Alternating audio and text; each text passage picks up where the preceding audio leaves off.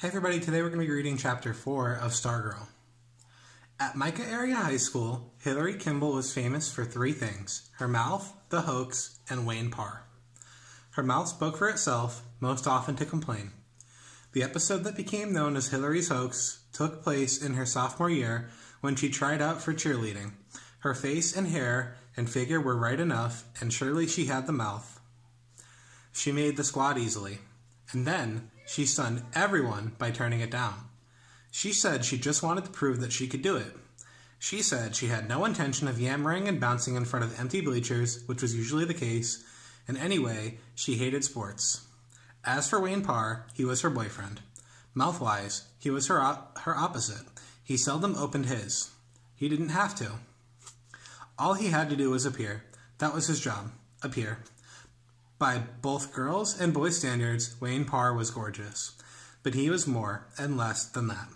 In terms of achievement, Wayne Parr seemed to be nobody. He played on no sports team, joined no organization, won no awards, earned no A's. He was elected to nothing, honored for nothing, and yet, though I did not realize this until years later, he was Grand Marshal of our daily parade. We did not wake up in the morning and ask ourselves, what will Wayne Parr wear today? Or how will Wayne Parr act today? At least, not consciously. But on some level,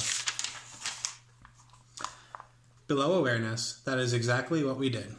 Wayne Parr did not go to football and basketball games, and by and large, neither did we.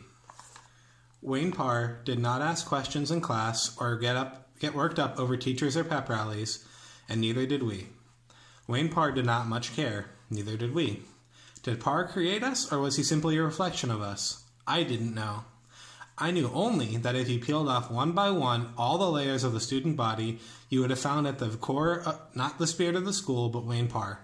That's why, in our sophomore year, I had recruited Parr for the hot seat. Kevin was surprised. Why him, Kevin said. What's he ever done? What could I say? That Parr was a worthy subject precisely because he did nothing? Because he was so monumentally good at doing nothing? I had only a vague insight, not the words. I just shrugged. The highlight of that hot seat came when Kevin asked Parr, who was his hero, his role model. It was one of Kevin's standard questions. Parr answered, GQ. In the control room, I did a double take. Was the sound working right? GQ, Kevin repeated dumbly. Gentleman's Quarterly. The magazine? Parr did not look at Kevin. He looked straight at the camera. He nodded smugly. He went on to say he wanted to become a male model. His ultimate ambition was to be on the cover of GQ, and right there he posed to the camera. He had that disdainful model look down pat, and suddenly I could see it, the jaw square as the corner of a cover, the chiseled cheeks, the perfect teeth and hair. That, as I say, took place toward the end of our sophomore year. I thought then that Wayne Parr would always reign as our Grand Marshal. How could I have known that he would soon be challenged by a freckle-nosed homeschooler? So Chapter 4 is very short, so I'm just going to be reading Chapter 5 as well. Chapter 5. The call came from Kevin on a Friday night. He was at the football game. Quick, hurry, drop whatever you're doing. Now. Kevin was one of the few who went to the games. The school kept threatening to drop football because of low attendance. They said ticket receipts were barely enough to pay for electricity to light the field. But Kevin was screaming on the phone. I jumped in the family pickup and raced to the stadium. I bolted from the truck. Kevin was at the gate, windmilling his arm. Hurry. I threw the $2 admission at the ticket window when we raced for the field. See better up here, he said, yanking me into the stands. It was halftime. The band was in the field, all 14 of them. Among the students, it was known as the world's smallest standing band. There weren't enough of them to form recognizable letters or shapes, except for a capital I, so they didn't march much at half-times of games. They mostly stood, in 2 rows of 7 each, plus the student conductor. No majorettes, no color guard, no flag and rifle girls. Except this night. This night, Stargirl Caraway was on the field with them. As they played, rooted in their places, she danced around the grass in her bare feet and long lemon-yellow dress. She roamed from goalpost to goalpost. She swirled like a dust devil. She marched stiffly like a wooden soldier. She tootled an imaginary flute. She pogoed into the air and knocked her bare heels together. The cheerleaders gaped from the sidelines. A few people in the stands whistled. The rest, they barely outnumbered the band, sat there with, "What is this?" on their faces. The band stopped playing and marched off the field. Stargirl stayed. She was twirling down the 40-yard line when the players returned. They did a minute of warm-up exercises. She joined in, jumping jacks, belly whomps. The teams lined up for the second half kickoff. The ball perched in the kicking tee. She was still in the field. The referee blew his whistle, pointed to her. He flapped his hand for her to go away. Instead, she dashed for the ball. She plucked it off the tee and danced with it, spinning and hugging it and hoisting it into the air. The players looked at their coaches. The coaches looked at the officials. The officials blew their whistles and began converging on her. The sole policeman on duty headed for the field. She punted the ball over the visiting team's bench and ran from the field and out of the stadium. Everyone cheered. The spectators, the cheerleaders, the band. The players, the officials, the parents running the hot dog stand, the policeman and me. We whistled and stomped our feet on the aluminum bleachers. The cheerleaders stared up in delighted surprise. For the first time, they were hearing something come back from the stands.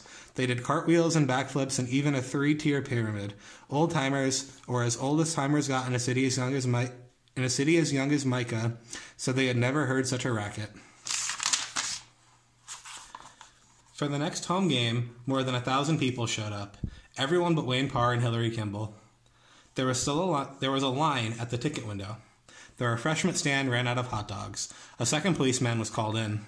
The cheerleaders were in their glory. They screamed up at the bleachers, "Give me an E!" The bleachers screamed back, "E!" We were the Electrons, in honor of the town's electronics heritage. The cheerleaders ran through all their routines before the first quarter was over. The band was loud and peppy. The football team even scored a touchdown.